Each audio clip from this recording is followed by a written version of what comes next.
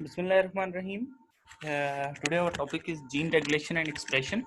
So what is gene regulation and expression? Gene regulation is the turning on or turning off of genes. आपके पास जितने भी jeans होते हैं आपके DNA के अंदर, वो हमेशा जो है कभी भी जो है इस तरह से नहीं होता कि वो कभी सारे के सारे ऑन रहें या फिर वो सारे के सारे जो है हमारे पास ऑफ रहें। तो हमारे पास क्या होगा कि समटाइम्स कुछ जीन्स ऑन होते हैं, कुछ जीन्स ऑफ होते हैं। तो अब इन जीन्स को अगर वो स्विच ऑफ हैं तो उनको स्विच ऑन करना, और अगर वो स्विच ऑन है उनको स्विच ऑफ करना, इस पूरे प्रोसेस को हम जीन रेगुलेशन कहते हैं। So what is gene expression? Is the overall process of information flow from genes to proteins. हमारे पास central dogma of the cell क्या कहता है कि आपके पास डीएनए जो है उसके पास क्या है, इंफॉर्मेशन है, ठीक है। मगर उस इंफॉर्मेशन को हम प्रैक्टिकल वे में ला सकते हैं in the form of proteins. अब उस इंफॉर्मेशन को प्रोटीन्स तक लेके आना from by the process of transcription to the RNA, पहले हम सिंथेसाइज करते हैं, फिर उस आरएनए को हम लेके आते हैं हम bye the process of translation protein synthesis करते हैं। अब हमारे पास जो मशीनरी हमारे पास प्रोटीन सिंथेसिस कर सकती है वो डीएनए की इंफॉर्मेशन को रीड नहीं कर सकती, वो इंफॉर्मेशन रीड कर सकती है हमारे पास आरएनए की। सो हमेशा डीएनए की इंफॉर्मेशन को सबसे पहले हमारे पास ऐसी इंफॉर्मेशन में ट्रांसफर किया जाता है जिसको हमारे पास जो है वो मशीनरी जो प्रोटीन सिंथेसिस कर सकती है वो उसके की रीडेबल बनाया जा सके, ठीक है। तो हमारे पास सबसे पहले डीएनए से हमारे पास क्या बनेगा, आरएनए बनेगा bye the process of transcription, और उसके बाद फिर हमारे पास वो उस आरएनए की ट्रांसलेशन का प्रोसेस होगा और हमारे पास प्रोटीन की सिंथेसिस होगी। So this whole process of the flow of information from genes to proteins is termed as gene expression. तो दो टर्मिनोलॉजीज हमें पता लगी, gene regulation and gene expression. The first one, gene regulation is turning on and off of genes, and gene expression is the flow of information from genes to protein. अब क्या है, the control of gene expression allows the cell to produce specific kinds of proteins. अब क्या होगा कि इसकी वजह से स्पेसिफिक प्रोटीन बन सकती हैं। कैसे बन सकती हैं कि हमारे पास समटाइम्स कुछ प्रोटीन्स हमें रिक्वायर्ड हैं, जहां पे रिक्वायर्ड है और जैसे हमें रिक्वायर्ड है हम उस तरह से उन प्रोटीन्स को बना सकते हैं। फॉर एग्जांपल मुझे एक प्रोटीन नहीं रिक्वायर्ड, मैं उसका जीन ऑफ कर दूंगा, तो this will silence the gene, और हमारे पास जीन एक्सप्रेशन क्या होगा, कंट्रोल होगा ओवरऑल। अब क्या होगा, मुझे अब वो प्रोटीन चाहिए तो मैं क्या कर दूंगा, उस जीन को ऑन अगर करवा दूंगा तो हमारे पास क्या हो जाएगा कि हमारे पास प्रोटीन सेंसेस होना स्टार्ट हो जाएगी। This is how the information will flow from the genes to the proteins, ठीक है। अर्ली अंडरस्टैंडिंग हमारे पास जितनी भी हमारे पास जीन एक्सप्रेशन एंड रेगुलेशन की, वो हमारे पास कहाँ से आई है, by the study of the E coli, ठीक है। अब इकोलाई को आप देख सकते हैं, उसका हम एक्सप्रेशन देखते हैं। कुछ इकोलाई होते हैं उनके ऊपर कुछ जो है हमारे पास फ्लैजेला हैं, कुछ के ऊपर ज्यादा हैं, उनकी स्ट्रक्चर्स किस तरह से है, वो बिहेव किस तरह से करते हैं, तो ये सारी स्टडी हमारे पास इसी तरह से आई है। Now every cell has the same DNA. अब हम कहते हैं कि हमारे पास अगर हम ह्यूमन बॉडी है, हमारे पास स्पीशीज, ह्यूमन स्पीशीज की इवन हम बात करते हैं, तो we have 46 number of chromosomes, और हमारे पास हर एक सेल के अंदर हमारे पास स्पेसिफिक टाइप ऑफ हमारे पास क्या होते हैं, जीन्स होते हैं। वही सेम डीएनए है, वही सारे जीन्स हैं हमारे पास, बट जीन्स जो है हमारे पास स्पेसिफिक साइट्स पे क्या है, हमारे पास ऑन है या फिर ऑफ है in different type of cells. Therefore gene expression must be regulated. For example अगर हम बात करते हैं एम्ब्रियो की, तो वहां पे जो जीन एक्सप्रेशन होना चाहिए वो हमारे पास फर्दर आगे हमारे पास जब डेवलपमेंट हो चुकी होती है वहां पर रिक्वायर्ड नहीं होता।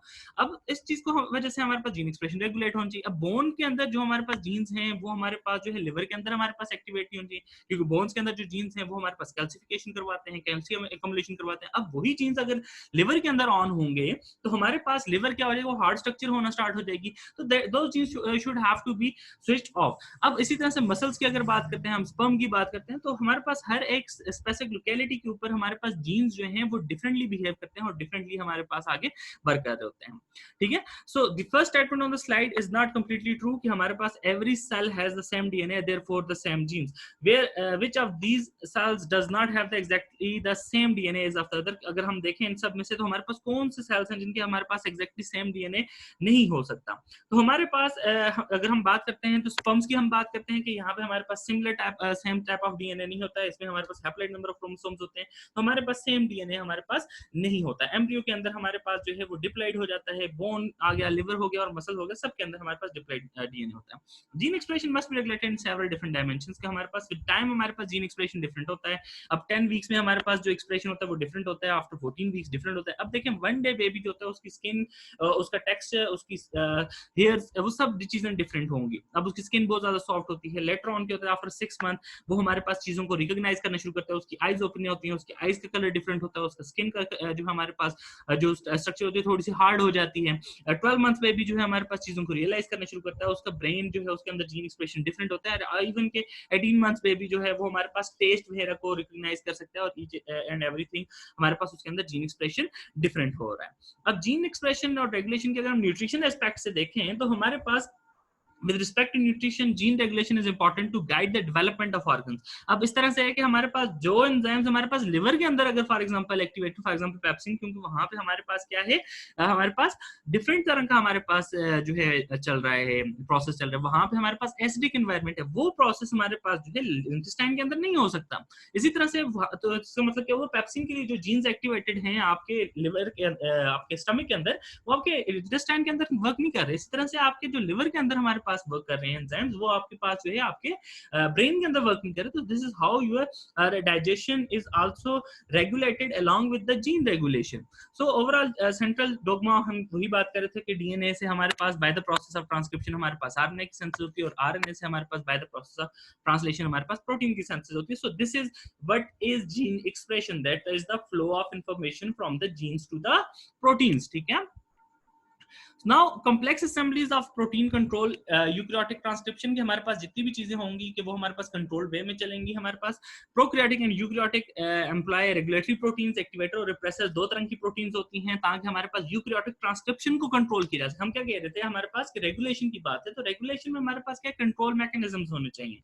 तो हमारे पास प्रोकैरियोटिक और यूकैरियोटिक जितने भी हमारे पास ऑर्गेनिजम्स हैं, वो हमारे पास रेगुलेटरी प्रोटीन्स यूज करते हैं to control their transcription process. और उसकी वो रेगुलेटरी प्रोटीन हमारे पास दो तरह की हैं, एक्टिवेटर्स हैं और रिप्रेसर्स हैं, that bind to the specific segment of the DNA. पहली चीज ये है कि वो उन दोनों का अपना अपना स्पेसिफिक सेगमेंट होगा। ठीक है।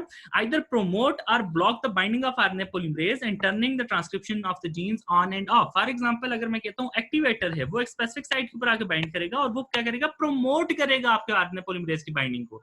और जब आरएनए पॉलीमरेज बाइंड होगा तो आपके पास जो हो गई ट्रांसक्रिप्शन स्टार्ट होने का मतलब क्या है, जीन्स की ट्रांसक्रिप्शन क्या है, ऑन हो चुकी है। अब इसी के हम जो है वाइस वर्सा चलते हैं। एक रिप्रेसर है, वो आएगा, वो स्पेसिफिक साइट के ऊपर बाइंड करेगा, तो वो क्या करेगा, आपकी बाइंडिंग ऑफ आरएनए पॉलीमरेज को क्या करेगा, इनहिबिट करेगा, और टर्निंग जो जीन की ट्रांसक्रिप्शन है उसको क्या कर देगा, स्टॉप कर देगा। This is how it will stop the process of gene expression.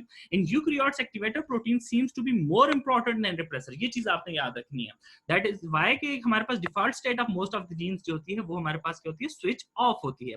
A typical plant and animal cell need to turn on and transcribe only a small percent of genes. तो क्योंकि हमारे पास very small amount of genes जो है हमारे पास जो है वो ऑन होती है टिपिकली, तो उस चीज वजह से हमारे पास जो है आपके एक्टिवेटर्स जो हैं वो ज्यादा हमारे पास क्या है, इंपॉर्टेंट हैं, क्योंकि हमारे पास नॉर्मल आपकी स्टेट ऑफ द जीन्स जो है वो हमारे पास स्विच ऑफ होती है। यूकैरियोटिक आरएनए पॉलीमरेज जो होता है वो हमारे पास उसको क्या चाहिए, हमारे पास अगर हम देखते हैं तो हमारे पास RNA polymerases require the assistance of the protein called transcriptional factors। के अलावा हमारे पास क्या है, ट्रांसक्रिप्शनल फैक्टर्स भी चाहिए उनको। अब ये ट्रांसक्रिप्शनल फैक्टर्स जो हैं हमारे पास जो हैं एक्टिवेटर प्रोटीन के तौर पे वर्क करते हैं। अब activator protein which bind to the DNA sequence called enhancer. याद रखना है आपने कि एक्टिवेटर प्रोटीन हमेशा डीएनए सीक्वेंस इसके ऊपर आके बाइंड करेंगे, उसको हम क्या कहेंगे, एनहांसर कहेंगे, और ये इनिशिएट करते हैं आपके पास जीन ट्रांसक्रिप्शन के प्रोसेस को। The binding of the activator leads to the binding of the DNA. उसकी वजह से डीएनए थोड़ा सा बेंड हो जाता है, इस तरह से बेंड हो जाता है कि आपके पास जो है फर्दर ट्रांसक्रिप्शनल फैक्टर्स जो हैं वो आके बाइंड कर सकें, इंटरेक्ट कर सके आपके एक्टिवेटर के साथ, और फिर उसके बाद आपके पास क्या होगा, इस वजह से आपके पास कॉम्प्लेक्स जीन प्रोमोटर की फॉर्मेशन होगी, और उसके बाद आपके पास क्या है, RNA polymerase then attach to the promoter and transcription begins. अब होता क्या है इस पूरी प्रोसेस में, हम देखते हैं आपके पास ये रीजन है दैट इज एनहांसर रीजन, तो हम डिस्कस कर चुके हैं। एनहांसर रीजन के ऊपर क्या आके बाइंड करेगा, आपके पास एक्टिवेटर आके बाइंड करेगा। प्रोमोटर रीजन वो रीजन होता है जिसके ऊपर आपके पास आके आपका आरएनए पॉलीमरेज बाइंड करता है। ठीक है। अब क्या होगा, यहाँ पे आपके पास एक्टिवेटर प्रोटीन्स हैं, आपके पास अदर ट्रांसक्रिप्शनल फैक्टर्स हैं, आपके पास आरएनए पॉलीमरेज है। अब क्या होता है कि सबसे पहले हमारे पास enhancer region, this is the region, इसके ऊपर आपके पास ये एक्टिवेटर प्रोटीन देखें आके आप बाइंड हुई है, और इसकी वजह से आपके पास क्या हो गया, बेंडिंग ऑफ डीएनए हुई है। बेंडिंग ऑफ डीएनए की वजह से आपके पास अदर प्रोटीन जितनी भी हैं उन्होंने आके बाइंड किया है, and this facilitates the binding of RNA polymerase on the promoter, और इस वजह से आपके पास ट्रांसक्रिप्शन का प्रोसेस स्टार्ट हो जाता है। अब क्या होगा कि अगर क्या आपके पास ये एक्टिवेटर प्रोटीन्स नहीं है तो आपके ट्रांसक्रिप्शनल फैक्टर्स कभी आके बाइंड नहीं करेंगे, वो नहीं बाइंड होंगे तो आपके पास आरएनए पॉलीमरेज कभी बाइंड नहीं करेगा, और आपकी ट्रांसक्रिप्शन जो है या आपकी जीन्स जो है वो स्विच ऑफ रहेंगे। ठीक है। अब जो कॉम्प्लेक्स असेंबलीज की अगर हम बात करें तो second important thing is the silencer. Silencers जो है उनको रिप्रेसर प्रोटीन भी कहा जाता है। ठीक है। और they may bind to DNA sequence and inhibit transcription, ठीक है। इनहिबिट साइलेंसर्स हैं तो इनहिबिटर्स भी इनको कहा जाता है। Coordinate gene expression in eukaryotes often depend upon the association of specific combination of control elements with every gene of a particular metabolic pathway. तो मेटाबॉलिक पाथवेज के साथ साथ ये चल रहे होते हैं। अब क्या है उसके बाद अगर हम बात करते हैं कि बिलफर्ज आपका जीन एक्सप्रेशन चल रहा है, वो कंट्रोल नहीं कर पा रहे आप, ठीक है, आपका सेल जो है वो फेल हो गया है, आपका जो है जीन एक्सप्रेशन कंट्रोल में at the transcriptional process point, तो वो क्या करेगा, अल्टरनेट स्प्लाइसिंग प्रोसेस को भी यूज कर सकता है। Eukaryotic RNA may be spliced in more than one way, और इस वजह से आपके पास क्या होगा, अल्टरनेट स्प्लाइसिंग की मदद से भी आपका जीन एक्सप्रेशन स्टॉप किया जा सकता है। Producing different mRNAs from the same transcript is termed as alternate splicing. सबसे पहले इस प्रोसेस को समझते हैं। Results in the production of more than one polypeptide from the same gene and it may be common in the humans. होता क्या है कि आपके पास अगर हम जीन की स्ट्रक्चर को स्टडी करते हैं तो आपके पास क्या होते हैं, a gene, eukaryotic gene is consist of two things, ठीक है। The first one is the exon and second one is intron. So what are exons and what are introns? Exons are the coding sequences, जो कि हमारे पास जो है, हमारे पास coding sequences होते हैं जिसकी मदद से हमारे जो कि हमारे पास कंबाइन हो गए हमारे पास जो है अमीनो एसिड्स को कोड कर रहे होते हैं बेसिकली, और उसकी वजह से प्रोटीन सिंथेसाइज हो सकती है। जबकि introns are the non coding sequences, ठीक है, इनसे हमारे पास कोई भी प्रोटीन या अमीनो एसिड कोड नहीं हो रहा होता। अब होता क्या है कि हमारे पास ड्यूरिंग ट्रांसक्रिप्शन आपके पास जब भी डीएनए होता है उससे हमारे पास क्या बनेगा, सबसे पहले एक आरएनए बनता है, मगर वो क्या होता है, प्री एमआरएनए या प्री मेच्योर एमआरएनए बनता है, ठीक है। अब क्या होगा, उसके बाद हमारे पास मेच्योर एमआरएनए बनता है। अब उस मेच्योर एमआरएनए और प्री एमआरएनए के अंदर क्या डिफरेंस होता है? डीएनए से जो प्री मेच्योर एमआरएनए बनता है उसके अंदर इंट्रॉनिक रीजन्स होते हैं। लेटर ऑन वहां पे हमारे पास स्प्लाइसिंग का प्रोसेस होता है और उसकी वजह से हमारे पास क्या होगा, मेच्योर आरएनए की सिंथेसिस होती है। ये आप प्रीवियस क्लासेस में डिस्कस कर चुके हैं। अब क्या है, देखें कि आपके पास this is RNA transcript, it is premature RNA. क्यों? क्योंकि इसके अंदर क्या मौजूद है, आपके पास इंट्रॉनिक रीजन्स मौजूद हैं। ये 1 2 3 4 and 5 are representing the exonic regions. अब क्या होगा, उसके बाद आरएनए स्प्लाइसिंग हुई है तो अब आपके पास क्या है, इंट्रॉनिक एक्सोनिक रीजन्स जो हैं वो बाइंड हो गए हैं और इंट्रॉनिक रीजन्स आपके पास स्प्लाइस आउट हो चुके हैं। So this is known as RNA splicing. But यहाँ पे हम देखते हैं कि आपके पास देखें sequence 1 2 3 and 5 and here 1 2 4 and 5. This is known as alternate splicing. Sometimes a region of the eukaryotic axon is also spliced with the intron, और इस वजह से हमारे पास एक न्यू ट्रांसक्रिप्ट की फॉर्मेशन होती है क्योंकि उसके अंदर एक एक्सॉन नहीं है। तो हमारे पास क्या होगा, इस वजह से हम इस प्रोसेस को क्या कहते हैं, अल्टरनेट स्प्लाइसिंग। अब by the process of alternate splicing more than one type of transcript are the mRNA can be produced from a single gene, ठीक है। Later stages of the gene expression are also subjected to regulation. अब for example हमारे पास alternate splicing हम कर सकते हैं, हम उस जो है स्पेसिफिक प्रोटीन की सेंसेस को वहां पे भी स्टॉप कर सकते हैं। फिर भी फॉर एग्जांपल हमारे पास एमआरएनए की सेंसेस हो गई है तो हम क्या कर सकते हैं, उसको रेगुलेट कर सकते हैं by the breakdown of mRNA, by initiation of the translation, और फिर उसके बाद जो प्रोटीन एक्टिवेशन होगी उस पॉइंट पर उसको स्टॉप कर सकते हैं, और फाइनली आपके पास जो प्रोटीन सेंसाइज हुई है उसका भी ब्रेकडाउन करवा के हम कंट्रोल कर सकते हैं रेगुलेशन का। फॉर एग्जांपल इसमें हम एग्जांपल देखते हैं, आपके पास क्या होता है कि जब भी हमारे पास इंसुलिन की सेंसेस होती है तो हमारे पास एक इनिशियल पॉलीपेप्टाइड बनती है जो कि इनएक्टिवेटेड होती है। लेटर ऑन हमारे पास फोल्डेड पॉलीपेप्टाइड की सेंसेस होती है जिसमें प्रोटीन फोल्डिंग की तरफ जा रही होती है, ठीक है, जिसमें डाइसल्फाइड लिंकेज की फॉर्मेशन होती है, और जब तक इसमें से ये हमारे पास स्पेसिफिक रीजन हमारे पास पॉलीपेप्टाइड का हमारे पास क्लीव आउट नहीं होगा तो आपके पास एक्टिवेटेड फॉर्म ऑफ इंसुलिन कभी नहीं बन सकती। तो सबसे पहले हमारे पास हम उसको इनएक्टिवेटेड पॉइंट पे भी हम उसको डिग्रेड कर सकते हैं, वो हमारे पास फोल्डेड पॉलीपेप्टाइड और इनएक्टिवेटेड फॉर्म में हो उस टाइम पे भी उसको डिग्रेड कर सकते हैं, और फाइनली जब वो एक्टिवेट हो सकती है हो जाए तो तब भी हम उसको डिग्रेड कर सकते हैं। सो इसके लिए हमारे पास मल्टीपल मैकेनिज्म्स हैं। So multiple control points exist where gene expression in eukaryotes can be turned on and off, speed up or slow down. These control points are like a series of pipe. हमारे पास series of pipe और उसके ऊपर valves की तरह से act करते हैं। हम इसको देखते हैं कि ये किस तरह से कंट्रोल करेगा। तो सबसे पहले हमने जैसे कहा कि क्रोमोसोम है, तो हमारे पास क्रोमोसोम क्या होते हैं, हमारे पास कंडेंस्ड फॉर्म में मौजूद होते हैं, और हमें पता है कि जब तक हमारे पास न्यूक्लियोसोम ओपन नहीं होगा तो हमारे पास कभी भी उसके ऊपर ट्रांसक्रिप्शन फैक्टर्स, एक्टिवेटर्स या फिर हमारे पास आरएनए पॉलीमरेज बाइंड नहीं हो सकता। तो उसके लिए सबसे पहले उसको क्या करना होना है, डीएनए अनपैकेजिंग होनी चाहिए। तो डीएनए अनपैकेजिंग जो है हमारे पास उसमें उसको हम प्रोसेस को स्टॉप कर सकते हैं बाय मिथाइलेशन, हम उसकी मिथाइलेशन कर दें, या फिर हमारे पास अदर मींस है कि हम उसकी जो है हमारे पास अनपैकेजिंग को स्टॉप कर दें। तो हमारे पास क्या होगा कि हमारे पास डीएनए अनपैकेज नहीं होगा तो हमारे पास जीन एक्सप्रेशन क्या रहेगा, स्टॉप रहेगा, ये कंट्रोल्ड रहेगा। तो this is the first check point, this is the first valve जहां पे हम अपना जीन का एक्सप्रेशन स्टॉप कर सकते हैं। उसके बाद हमारे पास ये जीन हमारे पास क्या होगा, मूव करेगा और हमारे पास ट्रांसक्रिप्शन का प्रोसेस, हम ट्रांसक्रिप्शन को स्टॉप कर सकते हैं। So this is another check point जिसके ऊपर हम स्टॉप कर सकते हैं अपना gene expression. Third, RNA transcript की हमारे पास addition of cap and tail, जिसको हम क्या कहते हैं, आरएनए प्रोसेसिंग। और हमारे पास अगर हम addition of cap and tail नहीं करेंगे तो आपका आरएनए ऑटोमेटिकली डिग्रेड हो जाएगा। और हमारे पास उसके बाद स्प्लाइसिंग का प्रोसेस है, अगर हम स्प्लाइसिंग नहीं करेंगे तो हमारे पास फिर भी आरएनए जो है हमारे पास जो है वो डिग्रेड हो सकता है, या फिर उसकी अल्टरनेटिव स्प्लाइसिंग करते हुए कोई और ट्रांसक्रिप्ट बना दें, तो उस वजह से भी हमारे पास ये स्पेसिफिक जीन का एक्सप्रेशन स्टॉप हो सकता है। मीन उस जीन से आपके पास प्रोटीन बनना स्टॉप हो सकती है। फाइनली आपका एमआरएनए ने न्यूक्लियस में जाना है, तो हमारे पास उसको स्पेसिफिकली फ्लो करना है आपके न्यूक्लियर एनवेलप से, जहां पे उसको स्पेसिफिक परमिशन चाहिए होती है। तो हम उस स्पेसिफिक पॉइंट्स को ब्लॉक कर दें, एमआरएनए आपका बाहर नहीं जाएगा, तो आपके जीन से प्रोटीन का सेंसेस या जीन एक्सप्रेशन हम जिसको बोल रहे हैं वो नहीं हो पाएगा।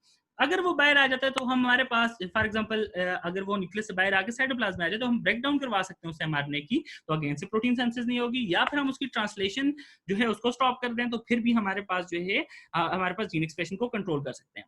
फॉर एग्जाम्पल हमारे पास ट्रांसलेशन होगी है, पॉलीपेप्टाइड की सेंसेस होगी, तो हम उसकी क्लीवेज कर सकते हैं, मॉडिफिकेशन कर सकते हैं, या फिर तो हमारे पास क्लीवेज और मॉडिफिकेशन की वजह से वो हमारे पास जो है ब्रेक डाउन हो जाएगा या चेंज हो जाएगा, तो वो प्रॉपरली वर्क नहीं कर सकेगा। या फिर हम उसकी एक्टिवेशन करते हुए जो एक्टिवेटेड प्रोटीन्स हैं उनका ब्रेक डाउन कर दें और उसको कन्वर्ट कर दें हम अमाइनो एसिड्स में, तो भी हमारे पास क्या होगा कि आपका जीन एक्सप्रेशन जो है, या फिर हमारे पास synthesis of protein from the gene और द डीएनए, जो हमारे पास उस प्रोसेस को हम कंट्रोल कर सकते हैं। So these are the various steps जिसके ऊपर हम अपना जीन एक्सप्रेशन कंट्रोल कर सकते हैं। सो ओवरऑल हमारे पास 7 स्टेप्स बनते हैं जिसके मदद से हम जो है जीन एक्सप्रेशन को कंट्रोल कर सकते हैं। First one is the chromosomal changes and DNA unpackaging. Second one is the control of transcription. Third one is RNA processing, जिसमें हम cap and tail and splicing की बात कर रहे हैं.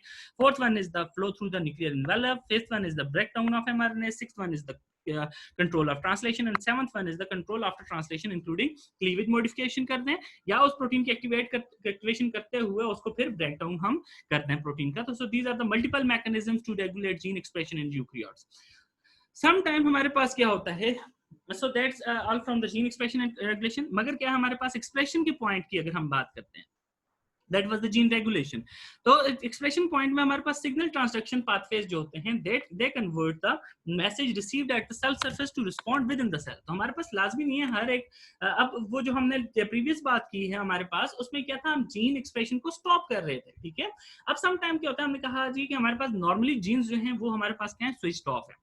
अब उन स्विच ऑफ जीन्स को हमारे पास स्टार्ट करने के लिए हमें समटाइम्स आउटसाइड से हमारे पास एक सिग्नल की रिक्वायरमेंट होती है, और मगर वो सिग्नल वो डायरेक्टली आके हमारे पास डीएनए को एक्टिवेट नहीं कर सकता, तो उसमें हमारे पास एक पाथवे यूज होता है जिसको हम क्या बोलते हैं, सिग्नल ट्रांसडक्शन पाथवे, मतलब वो सिग्नल आगे पास करने वाला पाथवे, ठीक है। Is a series of molecular changes that convert a signal on the target cell surface. वो सिग्नल अंदर नहीं आ सकता, वो सिर्फ सेल सरफेस के ऊपर है, तो उस सेल सरफेस को से ऊपर जो मौजूद सिग्नल है उसको कन्वर्ट करें और उसकी वजह से एक स्पेसिफिक रिस्पांस जो है जनरेट किया जाए आपके सेल के अंदर। तो इस पूरे प्रोसेस को, ये पाथवे को हम सिग्नल ट्रांसडक्शन पाथवे कहते हैं। अब signal transduction pathway are crucial to the many cellular functions. ये सेलुलर फंक्शंस के लिए क्रूशियल है। किस तरह से कि हमारे पास सबसे पहले एक्स्ट्रा सेलुलर फ्लूइड में सिग्नल मॉलिक्यूल था, वो हमारे पास आया और उसने रिसेप्टर प्रोटीन के ऊपर बाइंड किया, ठीक है। This is the plasma protein. ये सिग्नल डायरेक्टली एंटर नहीं हो सकता। अब वो प्लाज्मा प्रोटीन क्या करती है, हमारे पास रिले प्रोटीन्स होती हैं, उनको एक्टिवेट करती हैं। This relay protein then turn on the transcriptional factor are activators, ठीक है। ये ट्रांसक्रिप्शनल फैक्टर्स आर एक्टिवेटर्स जो हैं वो आएंगे और आपके एनहांसर रीजन के ऊपर जो है बाइंड करेंगे, या फिर एनहांसर रीजन के ऊपर मौजूद एक्टिवेटर्स के साथ बाइंड करेंगे, और फिर उस वजह से हमारे पास क्या हो जाएगी, ट्रांसक्रिप्शन आपके पास एक्टिवेट हो जाएगी। वो ट्रांसक्रिप्शन एक्टिवेट होने की वजह से आरएनए आपके साइटोप्लाज्म में आएगा और आपके पास न्यू प्रोटीन की सिंथेसिस होगी। So this is the similar to the definition that a signal at the cell surface results in the specific response inside the cell. तो हमारे पास इस तरह से डिफरेंट चीजें हो सकती हैं, जैसे हमारे पास जो है डिफरेंट सिग्नल्स होते हैं। जब आपका ब्लड ग्लूकोज लेवल बहुत ज्यादा हाई हो जाता है तो आपके जो है पेनक्रियाज के सेल्स के जो स्पेसिफिक बीटा सेल्स हैं उनकी सरफेस के ऊपर सिग्नल आता है, और उसकी वजह से वो क्या करते हैं, स्पेसिफिक हमारे पास इंसुलिन प्रोटीन की सिंथेसिस कर रहे होते हैं, पेप्टाइड है जो हमारे पास इंसुलिन बेसिकली, और उसका फिर रिलीज करवाएंगे। तो ओवरऑल इसी तरह से हमारे पास जो है रिस्पॉन्सेज आपके जनरेट किए जाते हैं। So that's all from the gene expression and regulation topic. Hope so you have understand each and everything. Now you can ask questions from the topic.